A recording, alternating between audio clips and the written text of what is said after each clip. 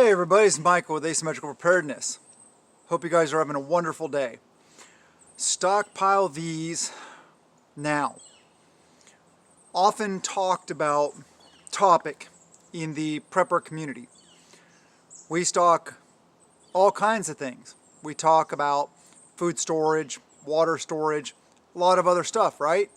Yeah, it's very important. We think ahead. We understand that things are not always going to be the same. We may not always be able to go to the store. We may not always be able to go to the doctor, etc. So this is why we prepare, because prepping is living insurance. It's the best form of living insurance that there is. Being prepared for a plethora of situations that may come our way. We never know what exactly is going to happen. But I want to get into this video. I could sit here and tell you to stockpile and to get as much as you possibly can of rice, beans, wheat, corn, canned meats, seeds to grow your own crops, or many other things. I could tell you that you need to go out and get these now. And that is true. You might need to go out and get those now. Unless you already have a cubic buttload of them. I'm not going to sit here and tell you that you need to go buy wheat, for example, because it's in short supply, and because there's shortages on the horizon, and because increased prices, and. Long shelf life. Staff of life, all these kind of things. Why am I not going to tell you to go stockpile that? Or corn, beans, rice, meat, water, whatever else. Why? Because the truth is, it depends. You may already have an entire barn full of 5 million pounds of wheat. So me telling you to stockpile wheat will be pretty dumb. The best thing to stockpile now are things that you need. They are the things that you are, the areas that you are weak in. This is why prepper notebooks are very important. Keeping track of what you have and the varieties of what you have. The goodbye dates, a lot of reasons why. To become the best prepper possible, which should be all of our goals, you should be doing this. But first, please subscribe, hit that notification bell for all, so you might be told when my videos are posting by the platform. Please give it a thumbs up, share the videos, comment below, and if you feel like it, that little heart with a thanks in it is a super thanks. Help the channel. Help us do what we do here every day, day in, day out, to get the word out to you and to others, to grow the community, to build more assets and fewer liabilities. The more people that get into preparedness, the better off we'll all be. So, with that said, you need to be looking at what you have. You need to be identifying your strengths and your weaknesses. And you always need to be working towards improving the areas that you're weak in. That is the true areas. Those are for real reality here, truth. Stockpile what you are weak in. Fix your weak areas. I can't answer that for you because I don't know what your weak areas are. I know what my weak areas are, and I'm constantly working on improving them. It's a journey, little bit at a time. Like I used to say all the time, prep a little every day. I used to do a video thing, prep of the day. And I got burnt out because it's just so much putting out. You know, I was like 3-4 videos a day. I figured to downsize it and to make the content better quality. Quality versus quantity. This is one of those areas that you can really make some improvements in your preps. Gain some real ground towards your journey to perfection and preparedness. I don't know what your week in.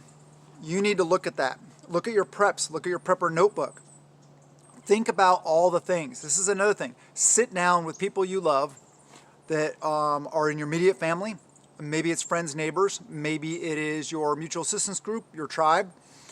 Or maybe it's just friends. And talk about all the areas of preparedness, all the possibilities of what could happen, and then each topic of what could happen, write down maybe the top 10 or the top 20 things that you can do to best prepare for that scenario. And maybe maybe pick out 10 of the most common things that might happen or could happen. Like nuclear war, civil war, economic collapse, chaos regarding election cycle, natural disasters, you losing your job, getting injured, whatever it may be, whatever you guys come up with. And then, like I said, the items or skills, not skills, you could do skills separate. I would recommend doing skills also, but the items that would best correlate with each scenario and what you would need in that scenario so that you have an idea, because your brain is only one brain. Mine is only one brain. I can only think the way I do. That's why talking with others, getting input from others is very important. I talk to my wife all the time, tribe members all the time, and analyze, help them or have them help me figure out my weak spots and me help them figure out their weak spots so that we can all become more well-rounded and become better prepared. Different points of view and different sets of eyes looking at a problem come up with different solutions and different ways of going about things also. So whereas you may think, okay, one example, Civil War, Revolution 2.0, whatever you want to call it. Okay, you're like, all right, well, we got to have these. And, those things and these things and all the other gear. True. But somebody else, and you might be forgetting something, like say your buddy brings up the fact of, well, hey, if that's going on, people are going to get injured. What about medical? Medical is vital. And I know that's an obvious one, so you've probably already thought about that.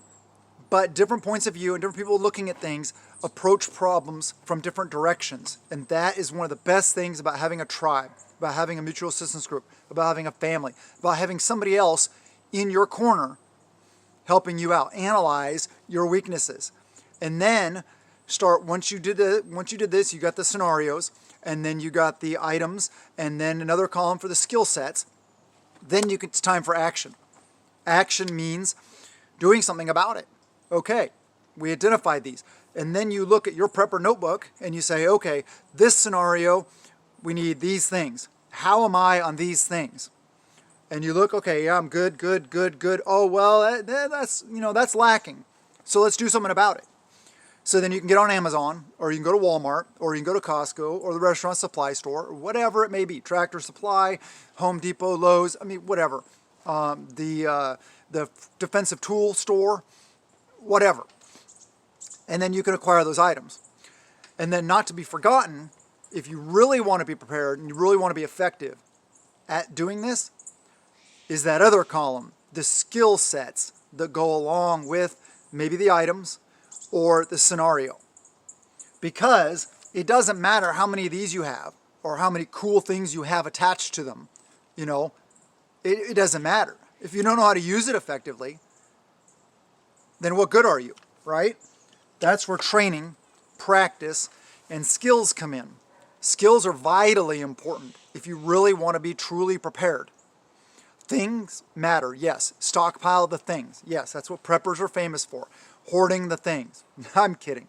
We know it's not hoarding because hoarding is just junk.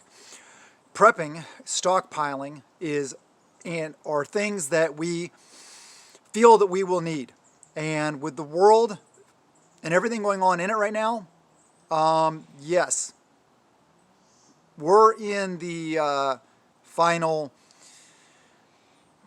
months, maybe years, maybe even weeks, I don't know, before something major happens.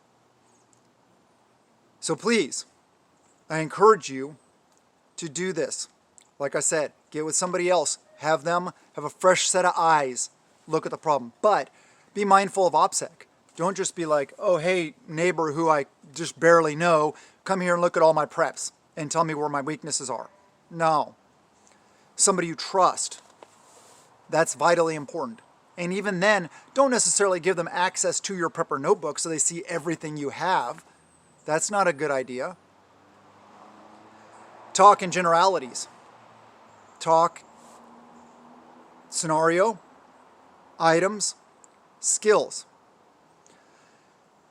You don't necessarily have to discuss what you have. You can do that off to the side with your spouse, with your children, with your best friend, your inner circle. And then take the action. It's important. I want to empower you guys to think for yourselves. I'm not just going to sit here and tell you what to stockpile, because it may not apply to you at all. I live here in the Pacific Northwest where it rains a lot. I'm not going to tell somebody in the, arid environment in, say, Arizona, New Mexico or something like that, or, West Texas, how to prepare or how to garden, for example, because it's completely different gardening there than it is here. I would be a hypocrite and an idiot if I did that. I love you guys. I care about you guys. I want you to be ready for whatever it is that's coming. So please think about these things and take action. And have a wonderful day. Blessings to you and yours.